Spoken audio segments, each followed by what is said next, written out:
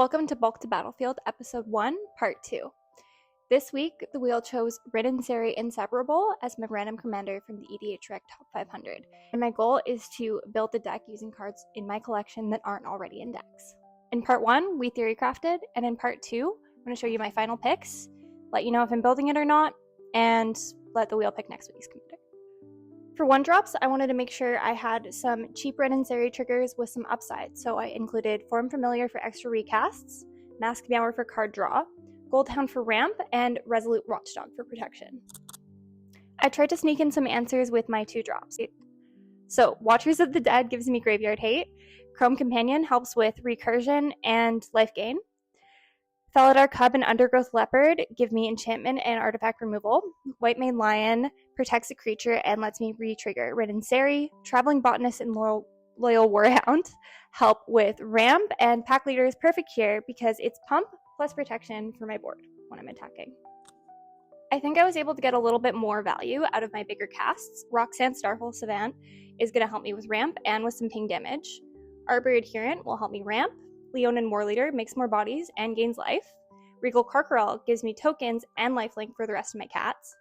Phantom Nishoba is a finisher that undoes entire turns of damage. Felidar Sovereign is an alternate win con. And Judas Hellhound Pumps My Dogs is a haste enabler and even ramps for me. This deck's biggest weakness overall is flyers and the fact that life gain doesn't protect against commander damage. So protection really matters. These are the answers I found in my collection. Marisi hopefully is going to stop combat tricks and will goad people into swinging elsewhere. It's also enough of a problem that maybe they'll target that and leave my engine alone. Cutsil draws cards and stops counterspells on my big turns. Perch Protection is a Hail Mary. Ideally, I gift the extra turn to someone who won't survive it, and they'll get a couple flyers. Boros Charm is protection, removal, or finisher. Deflecting Palm is here specifically for a lethal commander damage swing.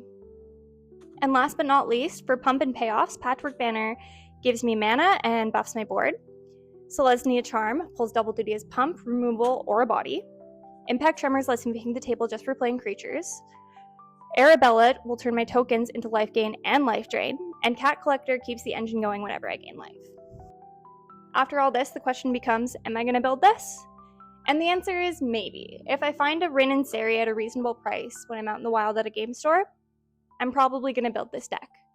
If I do, I'll probably add some extra red instants, some token doublers, and things like that. But overall, I think it's a perfectly fine bracket 2 deck. The Rin Seri is off the wheel, and there are 499 possible commanders for next week.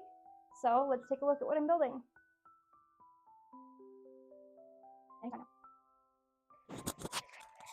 Lord of the Nazgul.